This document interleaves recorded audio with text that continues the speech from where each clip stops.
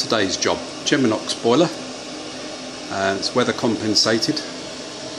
There was no access to the flue to check the flue. There is now. That's not my work, by the way. I didn't make that dirty great big hole in the ceiling. That was the builder. Anyway, complaint is that the bedrooms are too cold. There's a few degrees difference. Now weather compensation, as you know, I keep going on about, does not want room sensing. Room sensing corrupts the signal, stops us from having proper control.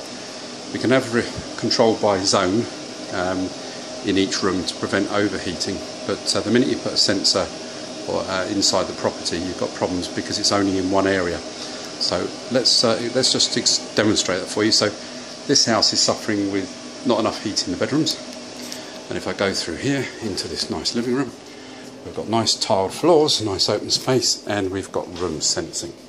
So when this room approaches temperature, the boiler modulates down and it stops providing heat to the manifold, which I can't open the door, so we'll leave that. And so in the other rooms, where we have carpets and ordinary room stats, of course there's no extra heat, so it doesn't matter where you set the room stat in here.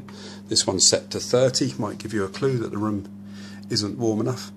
The stat in here is saying 18.9, and can't do anything. So if we took the wires off, rewired the whole stat, put the room sensor in here, you might actually have a chance to get this one to temperature. Alternatively, if we set it up like it should do without room sensing, we could actually let the weather comp do its job, and we could have turned this one down and controlled this on a localized stat rather than by controlling the weather comp, and we wouldn't have a complaint. So not quite sure how I'm going to get over this unless I can deactivate the room sensing, but on a Geminox it's not easy. They seem to be very poorly supported for technical help here. I'm having to kind of work my way through it myself.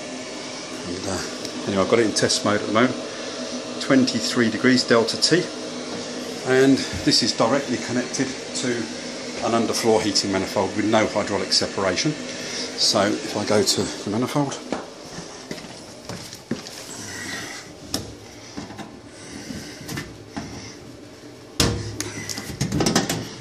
here we have delta T 23 through our underfloor heating system. So we need some hydraulic separation. We need a second pump. We need to get this delta T down to get the heat output up through the floor. We need to deactivate the room sensing so we can actually get some heat through to the back floors as well, and try and put some kind of localized control in the room here to shut down the thermostat in this room once it gets to temperature, and then everything should be working fine. So all the classic mistakes all made on one job. One last look at the beauty that is a Geminox boiler. Actually, I must say I quite like this boiler. Burner unit's aluminium, but not the heat exchanger. It's all stainless steel. It's quite accessible, good access to all the components. A nice little heat store in there, designed to go in the kitchen larder unit, as you can see. It's got weather compensation, reasonably decent controls. Bit of an undersized expansion vessel maybe, but not the worst boiler I've seen.